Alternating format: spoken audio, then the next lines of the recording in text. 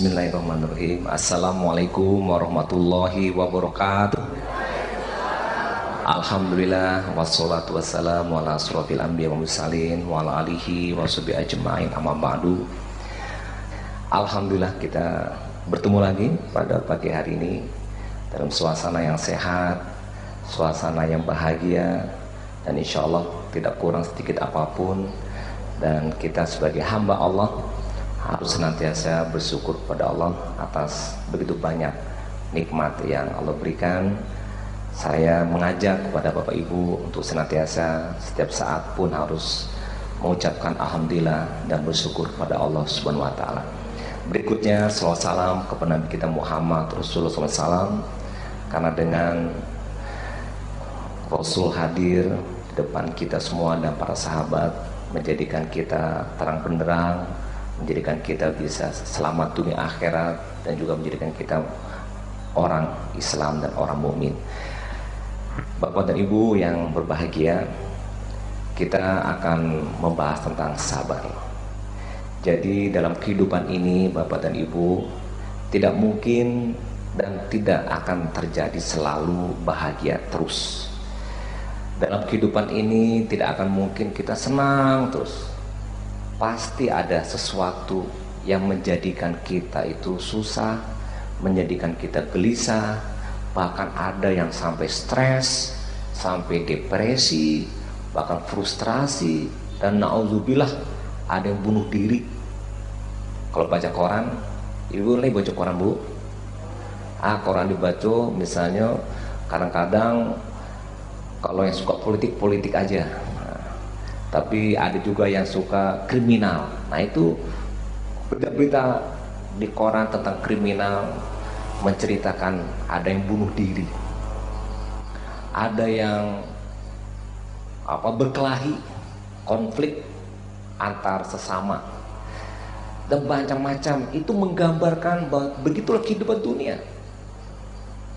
Bahkan dalam surat Al-Baqarah ayat 30 pun Allah menyampaikan kepada kita tentang Nabi Adam dan keturunannya juga ada konflik.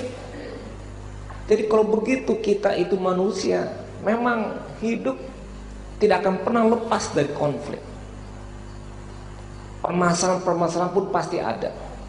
Allah menyebutkan dalam Al-Quran, walanabluwannakum bisyai'in minal khawfi wal ju'i wan naqsi minal amwal wal anfus wal samarot wa basiris sabirin. Aku berikan ujian kepada manusia, bala, kata Allah, dengan sesuatu apapun yang Allah berikan kepada kita berupa ujian. Ada kematian, ada kelaparan, ada kegagalan, banyak lagi yang Allah berikan ujian-ujian berupa musibah-musibah, ujian-ujian berupa kegagalan-kegagalan dan kematian, dan ujian yang membuat kita hidup tidak tenang dan sebagainya. Ternyata itu Allah berikan. Bahkan dalam ayat yang lain Allah berikan ujian itu untuk menentukan kita berimankah atau tidak kepada Allah. Nah, jadi Bapak Ibu yang saya hormati, kita ini hidup pasti akan menjalani sesuatu dalam perjalanan yang panjang. Mungkin kalau diibaratkan kita hidup ini seperti kita ada di lautan. Ibu, kalau dilalui, apa yang awak akan lalui? Apa coba kalau di laut? Ombak, apa leh? Badai, apa leh? Topan, bisa terjadi sekali-sekali. Ada ombak, ada badai, ada topan, ada gelombang besar. Itu namanya kita di laut. Betul Bapak Ibu? Kalau kita berjalan di daratan, naik mobil ke Bukit Tinggi, apa yang kita akan temui? Jalan yang belok kiri, jalan belok kanan, mendaki, menurun, ada berlobang, apalagi macet, apalagi ada jurang tepinya, ada tebing, ada bukit. Betul Bapak Ibu? Itulah kehidupan. Seperti hanya kita ke Bukit Tinggi, tidak mungkin jalannya lurus terus, pasti ada belok kiri belok kanan. Begitu pula kehidupan, tidak mungkin kita bahagia dan menemui keberhasilan terus, tidak mungkin, pasti ada gagal-gagalnya. Kita di tengah lautan berjalan, tidak mungkin kita seperti di danau tenang airnya, tidak ada ombak, badai, topang, tidak mungkin. Kalau begitu kita tidak bisa ke laut, tidak bisa ke bukit tinggi. Kalau seandainya kita mau jalan lurus terus, airnya tenang terus, tidak mungkin. Nah, padahal kita itu hidup. Tentu Bapak Ibu, saya hanya mengingatkan saja, karena sesuatu yang saya ingatkan sudah kita alami semuanya. Kan betul Bapak Ibu, udah kita alami semua kan? Di sini tentu sudah orang-orang yang berhasil. Tapi saya yakin sekarang itu jadi orang berhasil, tapi dulunya bagaimana? Saya ini memang nggak kenal satu persatu dulunya, bantu A dulunya. Pak Suryadi waktu kuliah susah apa senang? Naik sepeda. Pak Suryadi naik sepeda ontel ke sekolah pakai sepeda. Kini Allah pakai BA 101 BN. Pak Suryadi. Kalau Pak Indra BA 102 BN. Pak Amril BA 103 BN. Dulu pakai sepeda. Mana yang enak, naik sepeda apa naik mobil? Coba jujur jawab, mana enak sepeda apa mobil? Naik mobil. Itu namanya manusia yang normal. Masa enak naik sepeda panas-panas, capek-capek? Kita enak pakai mobil. Tapi saya ingin menggambarkan bahwa dulu pernah susah naik sepeda. Belum menjadi pegawai Bank Nagari. Mungkin juga sama dengan yang lain, mencari kesana kemari pekerjaan. Bapak dan Ibu juga punya pengalaman ketika baru menikah suami istri, rumahnya masih di PMI, Pondok Mertua Indah, PMI. Masih di rumah mertua. Sudah itu kontrak, rumahnya kecil, pasti ada susah. Bagaimana susahnya dalam rumah tangga yang kehidupannya masih pas-pasan. Tapi kita jalani satu persatu. Nah, jadi Bapak Ibu, persoalan-persoalan, masalah-masalah kehidupan pasti kita alami. Tidak bisa kita hindari. Tidak bisa kita elakkan. Jadi Bapak Ibu ya, kesulitan hidup, kesusahan hidup, musibah, bencana, kematian, dan lain sebagainya, kegagalan, sesuatu yang terjadi begitu terus menerus menjalani, mengikuti, melewati kehidupan kita satu persatu. Tidak bisa kita pungkiri bahwa itu ada dalam kehidupan kita. Betul kan Bapak Ibu? Oke, kita yakin itu ada dalam kehidupan kita. Bahwasanya kita akan mengalami kesulitan, kesusahan, termasuk ke depan. Bukannya enak Pak Dirut, Pak Direksi, Pak Komisaris sudah menjadi orang hebat dan tidak ada masalah. Tidak ada jaminan. Justru semakin tinggi posisi kita, semakin banyak terkena angin yang menerpa kita dibandingkan kita yang mungkin di bawah. Mungkin persoalan yang kita hadapi masalah cuma 5 soal saja. Kalau kita masih jadi staff, menjadi direksi, menjadi manajer, jadi 10 masalah yang kita hadapi dalam waktu yang sama. Jadi direksi bisa 15 masalah, jadi dirut bisa 20 masalah dalam waktu yang sama. Staf kita cuma 5 masalah. Oke, itu pasti kita hadapi. Nah, yang penting justru bagaimana menghadapi persoalan yang pasti mengena kita. Itu yang penting. Bagaimana caranya? Sabar. Sehingga kita akan mendapatkan kebaikan. Kata Rasulullah SAW, orang yang bersabar itu dia akan mendapatkan kebaikan. Dan orang yang sabar itu mengagumkan. Orang yang sabar itu dia akan mendapatkan ketenangan. Orang yang sabar itu dia akan mendapatkan optimisme. Orang yang sabar itu dia akan mendapatkan suatu benteng ketahanan. untuk maju-maju terus, itulah tanda orang yang sabar. Jadi di satu sisi masalah pasti ada, betul Bapak Ibu? Yang penting cara mengatasi dengan apa? Sabar. Jadi kalau udah begini, udah tutup aja pengajian kita nih. Karena poinnya udah masuk. Pertama, kita akui memang ada masalah dalam kehidupannya. Tidak bisa kita ingkari masalah keluarga, masalah pribadi, masalah pekerjaan, masalah profesi, masalah macam-macam, masalah anak, masalah segala macam. Tapi semuanya insya Allah kita hadapi dengan sabar. Bahkan Allah mengatakan wabasiri sobirin, beri kabar gembira pada orang yang sabar. Innallaha yuhibbus sobirin, sungguhnya Allah mencintai orang yang sabar. Innallaha ma'as sobirin, sungguhnya Allah bersama orang yang sabar. Cobain Bapak Ibu, sabar itu muncul kata-kata sabar terkait dengan musibah, terkait dengan masalah, terkait dengan persoalan. Muncul kata-kata musibah, ada kematian, ada kegagalan, ada kelaparan, muncul kata-kata sabar. Betul Bapak Ibu ya.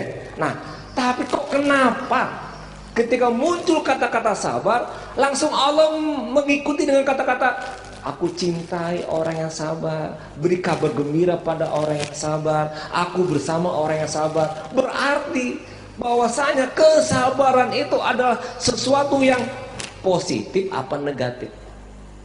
Pasti positif, karena Allah menyertainya orang yang sabar itu. Bapak Ibu, Sumatera Barat terkenal gempa, dikenal oleh orang pun daerah gempa, bahkan daerah bencana. Bahkan ada yang menyebutkan Sumatera Barat ini supermarketnya bencana, langkok bencana di Sumatera Barat. Silahkan pilih, adu sadunya. Orang lain tidak adu tsunami, awak adu tsunami. Orang lain adu gempa, awak adu gempa. Gunung Merapi langkok adu cukui. Di setiap daerah adu Gunung Merapi. Pak Suryadi tidak bisa melak, orang Solo adu talang. Pak Indra orang mana? Batu Sangka adu Gunung Merapi. Orang begitu agam adu lo di Pasaman adu Talamau, adu Merapi, adu Singgalang, adu Sago, adu Tandike. Orang Pariaman adu Tandike. Langkok Merapi di Sumatera Barat siap meletus. Bencana banjir dari Lawi, aduh Patangku di Pesel. Dari darat banjir, aduh di Padang.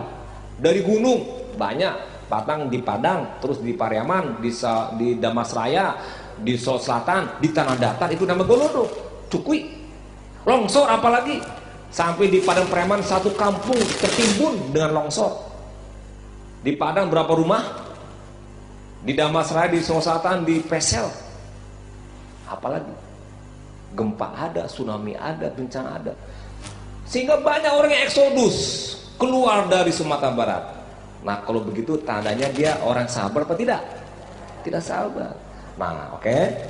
Sehingga kita kecewa jadi orang Sumatera Barat. Daerah kami kok demikian, dia frustasi, dia cemas, lari keluar dari Sumatera Barat dan sebagainya, takut mati.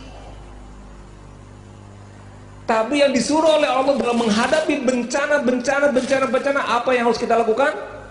Bersabar kepada Allah. Ada kabar gembira sekarang secara keseluruhan Bapak Ibu, coba lihat. Alhamdulillah rasanya orang Sumatera Barat ini orang yang bersabar. Buktinya apa? Bencana gempa 2007 diikuti 2009, ada lagi gempa plus tsunami 2010, gempa-gempa kecil-kecil sampai sekarang ini. Tapi dibandingkan dengan sebelum gempa tahun 2009 dan 2007, lihat ekonominya di Sumatera Barat masih di bawah 6% pertumbuhan. Kita bisa sampai 7% ke atas. Kemiskinan bahkan berkurang terus sampai sekarang tinggal 8%. Dari 10% jadi berkurang terus. Hotel yang tadinya cuma 1-2 hotel sekarang udah puluhan hotel. Bahkan bertingkat 12 pun ada nanti itu, Hotel Ibis itu. Kemudian ribuan kamar bertambah, pengangguran pun berkurang, kemiskinan berkurang, kesejahteraan bertambah. Orang takut karena bencana, malah justru ada kebaikan. Itu mungkin satu hikmah kebaikan yang Allah berikan kepada kita karena sabar menghadapi musibah. Jadi kita tidak boleh, kalau ada yang mengelak dengan cara menghindari sesuatu yang memang Allah tentukan, tidak akan bisa. Ada seorang pedagang di Sumatera Barat kena gempa dan takut tsunami. Akhirnya dia pindah satu keluarga ke Jakarta. Takut. Itu bukan cara menghadapi bencana, karena dia tidak bersabar. Dia habiskan semua, rumahnya dijual dan sebagainya, tidak mau tinggal di Sumatera Barat. Tapi ketika transaksi jual beli rumahnya, maka kemudian dia mati kena gempa pada waktu itu, nggak bisa lari Bapak Ibu. Kemudian juga ada pegawai negeri pindah ke Jogja takut gempa, karena mati takut di sini. Dia sampai di Jogja, mati pula kena gempa di Jogja, lari satu-satu pergi ke tempat lainnya. Banyak contoh-contoh yang lain Bapak Ibu. Oleh karena itu, marilah kita bersabar kepada Allah atas segala sesuatu yang kita terima. Bagaimana dengan kesabar? Itu menerima keadaan, menerima kenyataan, menerima sesuatu yang terjadi pada kita, dengan mengucapkan tadi dalam surat Al-Baqarah ayat 150 yang kemudian disambung dengan ayat 156, A'udzubillahi minasyaitonirrajim, alladzina idza asobathum musibah qalu inna lillahi wa inna ilaihi raji'un. Shadaqallahul azim. Jadi orang yang bersabar itu Bapak Ibu adalah orang yang mengembalikan segala sesuatunya kepada Allah, karena Allah lah yang menentukan semuanya. Wa ma tasyauna ila ayasya Allah. Tidak ada suatu pun kehendak yang ada di muka bumi kecuali Allah yang menghendaki. Jadi bencana Allah yang menghendaki, kematian Allah yang menghendaki, kegagalan walaupun kita gagal karena upaya usaha kita, hasil akhirnya Allah juga yang menghendaki. Oleh karena Bapak Ibu, kita kembalikan semuanya kepada Allah sebagai wujud rasa sabar kita. Jangan kita sepertinya sebagai Tuhan yang ingin menentukan segalanya kita. Contohnya kecil ya Bapak Ibu, kemarin anak-anak kita ujian, batuk-batuk, dia lagi ujian, ada yang sakit, ada yang demam. Itu karena anak-anak kita sudah memikirkan sesuatu yang tidak perlu dia pikirkan, yaitu onde beko amu gagal Mbak Aqua, ndak naik kelas Mbak Ako, ndak lulus ujian nasional Mbak A, ndak bisa masuk perguruan tinggi negeri Mbak A. Itu yang dipikir-pikir. Padahal yang dipikirkan itu adalah sesuatu hasil. Hasil itu Allah yang menentukan. Mau kita kerja keras, sekeras-kerasnya, berapa untung belum tentu kita tahu. Pak Dirut, Pak Direksi boleh memprediksi untung sekian ratus miliar, tapi tidak bisa ada yang memastikan berapa pastinya miliar rupiahnya. Yang penting kita usaha. Tapi kalau kita pikirkan kegagalan, kerugian, kita sudah mendahului keputusan Allah, dan akhirnya kita menjadi susah hidup kita karena kita yang membuat susah. Coba kalau kita menghadapi ujian, tenang saja, belajar rajin, berdoa pada Allah, hasil Allah yang menentukan. Lulus Allah menentukan, tidak usah pikir. Insya Allah dia belajar dengan baik, tanpa diiringi dengan batuk-batuk, tanpa dengan cemas, tanpa dengan khawatir, tanpa dengan rusuh dan gelisah, karena dia kembalikan semuanya kepada Allah. Begitu pula dalam menghadapi musibah yang begitu banyak, kita kembalikan kepada Allah. Itu wujud kita bersabar kepada Allah. Kebalikan, Allah yang memiliki kita. Misal contoh begini, mati. Itu sesuatu yang pasti kita akan alami. Betul Bapak Ibu? Kullu nafsin za'iqatul maut. Setiap jiwa pasti akan menemui kematian. Apakah kita meraung-raung menghadapi kematian yang tidak bisa kita hindari? Siapapun, kapan dan bagaimanapun seseorang akan mati. Ternyata saudara dekat kita meninggal. Bagaimana cara menghadapi Bapak Ibu? Bagaimana menghadapinya? Sabar. Apa itu sabar? Dalam Al-Quran surat Ali Imran ayat 146 Allah berfirman, A'udzubillahi minasyaitonirrajim, Bismillahirrahmanirrahim, Wa ka'im min nabiyyin qatala ma'ahu ribbiyuna katsir fama wahanu lima asobahum fi sabilillah wa ma du'ufu wa mastakanu wallahu yuhibbus sabirin. Shadaqallahul azim. Allah mencintai orang yang sabar, yang dia kuat dengan cobaan musibah, dan dia tidak duka cita, dia tidak lemah, dia tidak rusuh dan gelisah, dia tidak takut. Itulah orang yang sabar. Jadi kalau ada tadi kematian, terima, Allah yang mengambilnya, sehingga kita pun terima kenyataan itu. Dan kita doakan semoga yang duluan dipanggil Allah ini diterima di sisi yang baik, diampuni dosa-dosanya, dimaafkan kesalahannya, dan diberikan kelapangan kehidupan tempat yang baik nanti di akhirat. Itu selesai sudah. Sabar. Oh jangan berdiko, onde anak ambo yang ambo cintai masih muda, sedang gagah-gagah nyoba aku alam meninggal. Sementara cari orang tua jompo-jompo ala gai, ala guru indah ala bermanfaat, ala mati-mati joleh. Tuhan tidak adil, katanya begitu. Ini orang sabar apa tidak? Tidak sabar. Tambah susah pasangan hidupnya.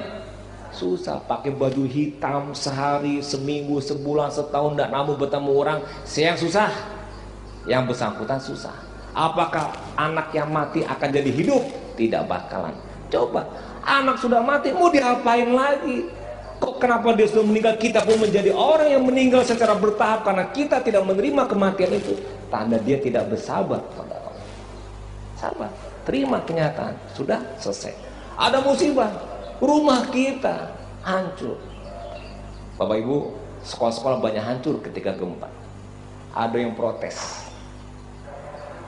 Tapi orang yang protes itu lupa ketika dulu dia matang onde awak rumah sekolah tidak rusak. Itu cali tua sekolahnya rusak tuh awal lain tidak dok ya. Hanya megalaan kawannya rusak. Kirunya orang yang rusak kok bersabar kepada Allah. Ya Allah, aku bersabar, sekolah kami dah rusak, anak-anak kami sekolahnya pun dibedeng-bedeng, bersabar. Allah kasih rezeki kebaikan, kebanyakan manfaat. Dia bantu dari Jepang, lantai ampe, ruang bahasa, furnitur langko, IT langko. Kawan tadi yang menggalaan masih sekolah buru, dekan undakan gampu. Onde gampu lah sekali lebih jadi gampu gua aja. Orang yang bersabar mendapat kebaikan, ambil hikmahnya, ambil positifnya. Apa yang terjadi, ambil positifnya, jangan negatif terus. Makanya kita ajarkan syukur dan sabar adalah orang yang berpikir positif ya. Jadi syukur dan sabar, mau sabar berpikir positif, jangan bersangka buruk kepada Allah. Jangan suuzon, iko Allah ndak adil, Allah kok mau bijaya kawa. Jangan keluar kata-kata itu. Karena Allah semuanya baik kepada kita, termasuk musibah yang dirasakan oleh kita negatif, bencana, tapi itu dibaliknya ada yang positif, ada hikmah, ada ibroh yang perlu kita lihat, yang insya Allah kita akan mendapatkan kebaikan. Jadi Bapak Ibu, bersabar adalah berpikir positif terhadap segala sesuatu, dan juga harus berpikir positif. Jadi begini Bu, bersabar itu tidak hanya kepada alam, tapi bersabar juga kepada suami. Suami juga bersabar kepada istri. Istri yang mungkin muda di sini hamil, suami harus sabar dengan istri. Ketika hamil perutnya gendut, ya sabar menerimanya. Jangan melihat ketika langsing aja. Iya kan? Kemudian istri pada suatu saat ada perboden, sabar juga Bapak kalau ada perboden. Kemudian istri sudah punya anak 1 dan 2, badannya bertambah gemuk 4 kali 4. Suami nggak sabar, disuruh fitness 5 kali sehari, nggak bakalan kurus seperti dulu ketika baru kawin. Nggak mungkin kan ibu? Mungkin nggak kurus lagi? Nggak mungkin ya. Terimalah Pak, sabar juga, menerima kenyataan kadipangan leh. Iko bini awak, iko suami awak. Ya, nggak bisa dirubah lagi. Sabar. Punya anak juga begitu. Karena dibalik itu ada hikmah. Apa hikmahnya sabar kepada istri, sabar kepada suami? Ada mawaddah, ada warohmah. Kasih sayang itu akan muncul dengan kesabaran kita. Dengan pegawai Bapak juga sabar. Ada pegawai kita yang nggak bisa diatur, sabar juga. Kalau nggak sabar muncul marah, marah itu nggak dibenarkan juga. Karena marah itu la taqdab, kata Rasulullah, nggak boleh cepat marah. 3 kali Rasul ditanya, "Oh sini ya Rasulullah," la taqdab. Nah jadi sabar dalam keadaan musibah, bencana, sabar dalam situasi kondisi apapun. Kita terima nilai positifnya dan kembalikan semuanya kepada Allah dan tetap selalu berpikir positif. Baiklah Ibu dan Bapak semua, kita ucapkan terima kasih, semoga bermanfaat. Marilah kita bersabar sebagai benteng dalam menghadapi kehidupan ini, dan insya Allah kita akan bisa menjalani kehidupan ini sampai nanti hari dipanggil kita oleh Allah. Kita tetap ada rasa sabar yang selalu mengiringi kehidupan kita, sehingga kita menjadi orang yang sukses melalui semua persoalan kehidupan yang bakal akan terjadi selalu. Dan rahasia kuncinya menghadapi persoalan yang akan kita hadapi ke depan itu dengan kata-kata